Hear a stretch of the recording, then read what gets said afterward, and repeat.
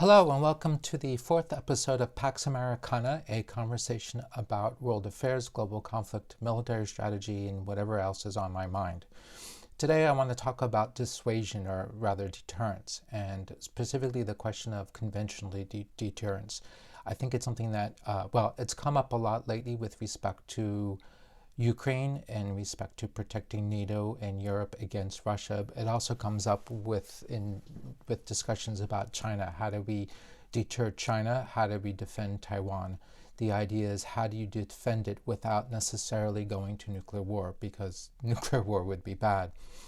The obvious question that has to be asked about conventional deterrence is the idea of, or the question of, whether or not we need conventional deterrence in the age of nuclear weapons. One would like to think that because of nuclear weapons, we no longer really need it.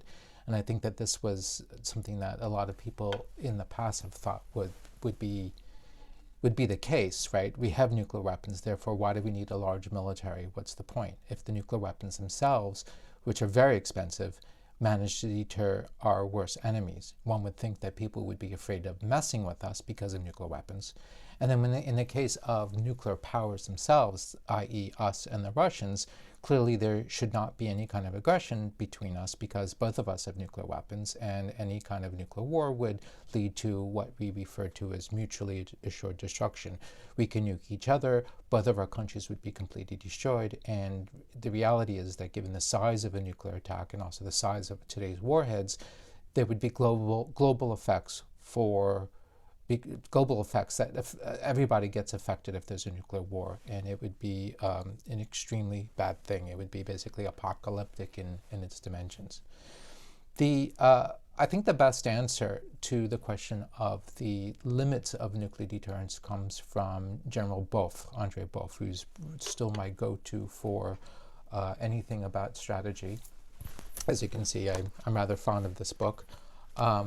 It's an amazing book. This is his introduction to strategy, and it's just amazing because in a very small thing, he's able to say a lot with a lot of remarkable clarity, and it's really an incredible achievement, particularly in light of the propensity of many writers on strategy to write very large and very difficult to read books. This is very easy to read and very concise.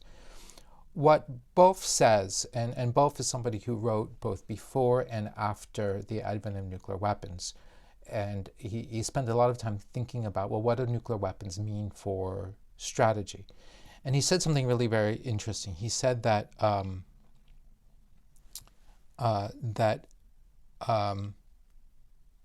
major war and true peace will have died together, right?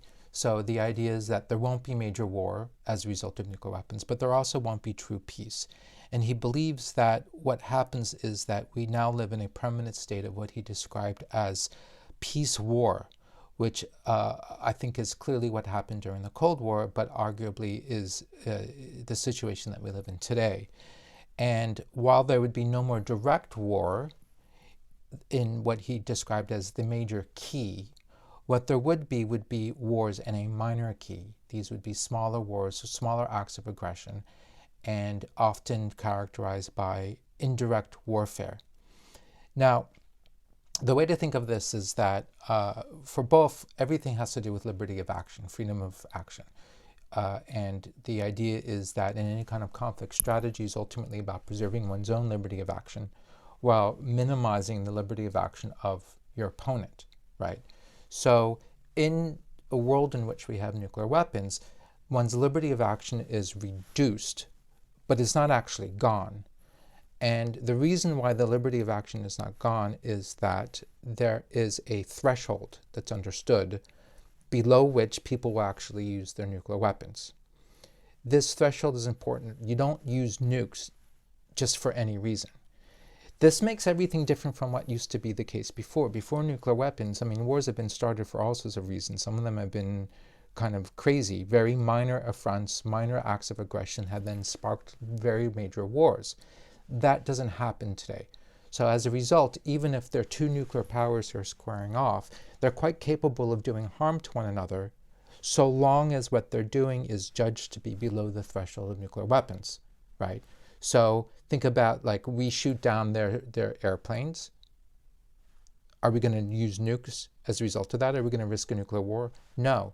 They could invade a country like Ukraine. Are we going to risk nuclear weapons over Ukraine? The answer very clearly is no, we're not going to do that. So there is room for liberty of action. Both like to talk about several kinds of indirect strategies that I think is very telling. One is what he referred to as the artichoke method, or grignotage, nibbling. And the idea is that basically you can just strike at what you judge to be something that's peripheral to your enemy's vital interests, and ideally you do it really quickly. As a result, they sort of have no choice but to recognize the fait accompli. They've done something, oops, this is bad, but what are we going to do about it? And ideally, when you're doing an artichoke attack, you do it as quickly as possible. Again, just to sort of make it a fait accompli, so that you don't give your adversary time to respond other than basically swallowing it, sucking it up and saying, well, what are we going to do about this? Both had in mind, interestingly enough, Hitler's tactics during the late 1930s. What Hitler did was he did a series of steps that were antithetical to the interests of the West, but not striking vital interests, and he did it very quickly. The examples that he has in mind are the remilitarization of the Rhineland, the annexation of Australia, the annexations of Czechoslovakia. I think that this is similar to what Russia did in Crimea and Ukraine. And the basic idea is that you do a carefully calculated, below threshold act of aggression, preferably, this is very important, in a region or against an interest that, again, is not vital to the interests of the adversary. So what happened was, Hitler, as both saw, understood that attacking Czechoslovakia, Austria, that's not a real important. What mattered was the opposition of Britain and France. But he understood that if he did attack Austria, if he annexed Czechoslovakia, this wouldn't cause them to mobilize for war. And he carefully did it so that the actual fighting part, at least for Czechoslovakia, was really very fast. It was over overnight, right? And as a result, the Allies are kind of left in this situation. We're like, ooh, this is really bad. What are we going to do about it? And their answer is nothing.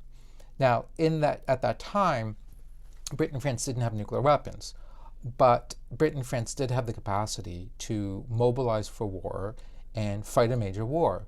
But doing so was a really large effort. So, for instance, the French military at the time had the capacity to mobilize to fight a major war, but that would require massive mobilization. And France didn't have the ability to deploy rapidly a force that might have been adequate for saving Czechoslovakia, and as a result would stop short of, was sort of given this choice. We either do a full mobilization and actually go to war, big war, or we do nothing. And so the preference at the time was clearly to do nothing. So this is a classic example of a fait accompli. For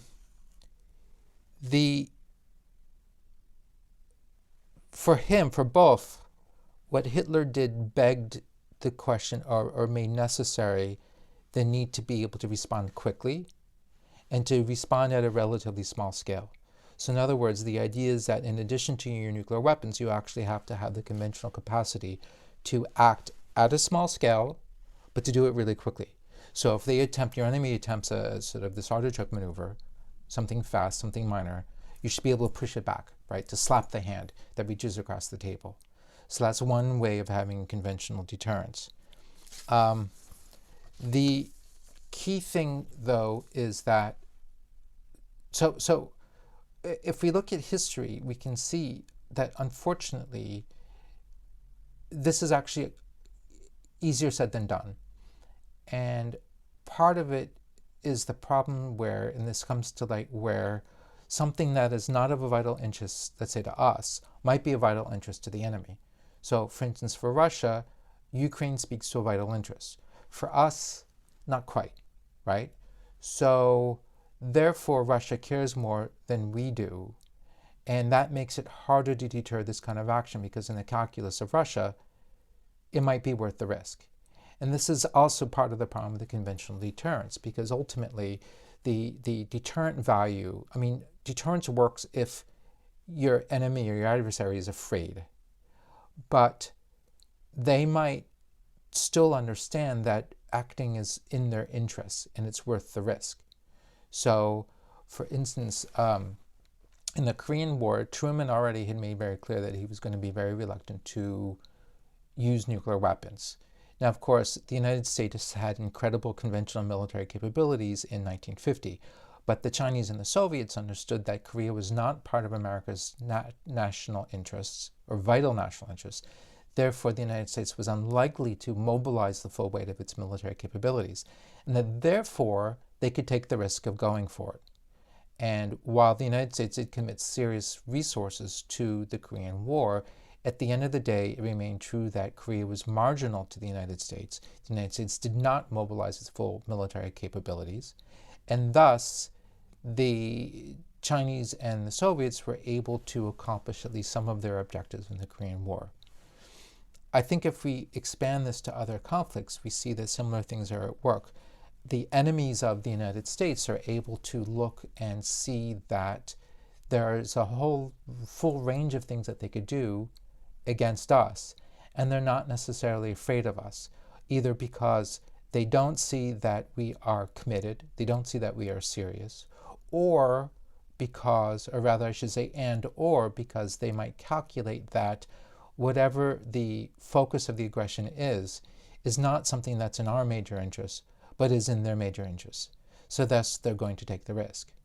So the value of a conventional deterrence speaks to both the actual capabilities, right? Can we actually strike? Can we actually do something quickly in response to a quick aggression? And also whether or not we can communicate to an adversary, a potential adversary, that we are serious. But the key, I think, to the seriousness is not necessarily a threat. Like, all right, if you cross this red line, here's a red line. You can violate. If you violate this red line, we can go to war. It's more about the uncertainty and generating uncertainty, and to try to create as much doubt as possible, where they might say, all right, we don't think they will respond vigorously to our act of aggression, but they might. And the uncertainty is very valuable.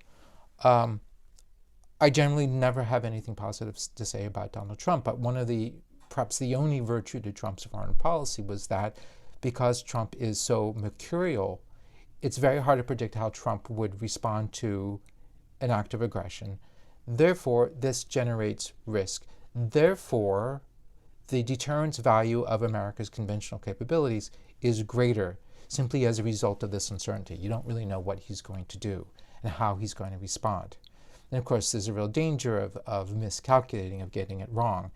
If they feel confident that that the response of the United States is more predictable, then they can think about the risk and they can calculate and they can decide whether or not it's worth it.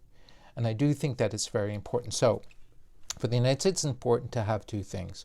And not just the United States, but other countries. You have to actually have the capabilities of having conventional deterrence, but you also have to be able to communicate, if not the determination to use this conventional force, but also to generate uncertainty. One way you do it is by steadfastly avoiding delineating what our vital national interests really are, right? So if you communicate, as I believe Truman did, that in a speech, or I think it was Dean Acheson who basically communicated that Korea is not part of our zone in which we're going to respond massively to any kind of attack, right? Therefore, communicating that defending Korea is not in our national interest so much so that we would mobilize the full weight of our conventional capabilities. So don't define them. Generate as much uncertainty as possible. And I believe that the French, for example, are very good about not communicating when they might actually consider using nuclear weapons, right? You don't say when you're going to do it. You don't define these interests we will defend, these interests we won't defend as much. That's very important. And you have to have as much uncertainty as possible. If we extend this conversation to what's going on with Gaza, the Israel-Hamas war, we see that it's clear that, I mean, first of all, nobody believes that Israel will use its nuclear weapons unless it's existentially threatened. If it's anything short than that, or rather existentially threatened in the sense that it's like a doomsday situation where you're going to use it because you're about to be destroyed, or you use it to make sure that nobody directly attacks you. This is all indirect approach. What Iran is doing to Israel, because I really believe Iran is a prime actor here, is following an indirect strategy exactly like Beaufre said. You don't do war in a major key, you do war in a minor key. So you attempt grignotage, you attempt these little bits of action, acts of violence, acts of aggression that fall below the threshold of what Israel might consider using its nukes for, but are nonetheless very dangerous and very hurtful. Israel has tried to maintain a conventional deterrent capability. The fact that Hamas attacked on October 7th means that Israel's conventional deterrence failed. So there's a lot of talk about how Israel needs vigorously to reassert its deterrence, conventional deterrence. And part of the way you do that is that you don't just have the conventional capability, but you have to communicate a willingness to use it. Part of the reason why Israel's conventional deterrence has failed is because in 2006, when there was the war between Israel and Hezbollah in southern Lebanon, ultimately Israel stopped short and refused to commit its full military weight in a war against Hezbollah. It stopped and it pulled back. Why? Because Israel, I think very rightly, was afraid of suffering the kind of casualties that such a war would incur, and also didn't want to be, it causes a lot of harm. You kill a lot of people. And the threat of having your own people killed plus killing a lot of people, this means that ultimately it's Hezbollah that has the deterrence value, right? So it's Hezbollah that has the conventional deterrence rather than Israel. And then if you look at all of the Israeli incursions in Gaza up until recently, you'll see a similar thing happen. Hamas would do something that were acts of war. Israel would respond with force. Israel would send ground forces into Gaza, but ultimately stop short. This, I believe, encouraged Iran and Hamas and Hezbollah to believe that ultimately they can get away with this grignotage, that they have the deterrence value. They're the ones who are deterring Israel, rather than Israel deterring Hamas and Israel deterring Iran. So, a way to reassert deterrence value is by demonstrating a willingness to go in. And even in the days after October 7th, I saw on social media, a lot of chatter saying that Israel isn't going to do it. You're not going to do a major land incursion. They're not going to go all the way. They're not going to enter Gaza City. They're not going to enter into Rafah. They're really not going to do it. Why? Because in the past, Israel has always stopped short and pulled back out of fear. So a very important reason why Israel has gone full-blown into Gaza is to demonstrate, we will not be deterred. We will not be deterred by the fact that a lot of our own people are going to die. We will not be deterred by the fact that in order to do this, we're going to cause a lot of destruction, which will raise the ire of the international community, etc., etc. So Israel has to go in and has to say, yes, we have the conventional capabilities, but more importantly, we're actually willing to use this. This is a very important message to Hezbollah. Is also a very important message to Iran. The idea that this actually has crossed the red line, and Israel is willing to use this conventional force. And unfortunately, there's no other way to establish any kind of conventional military deterrence.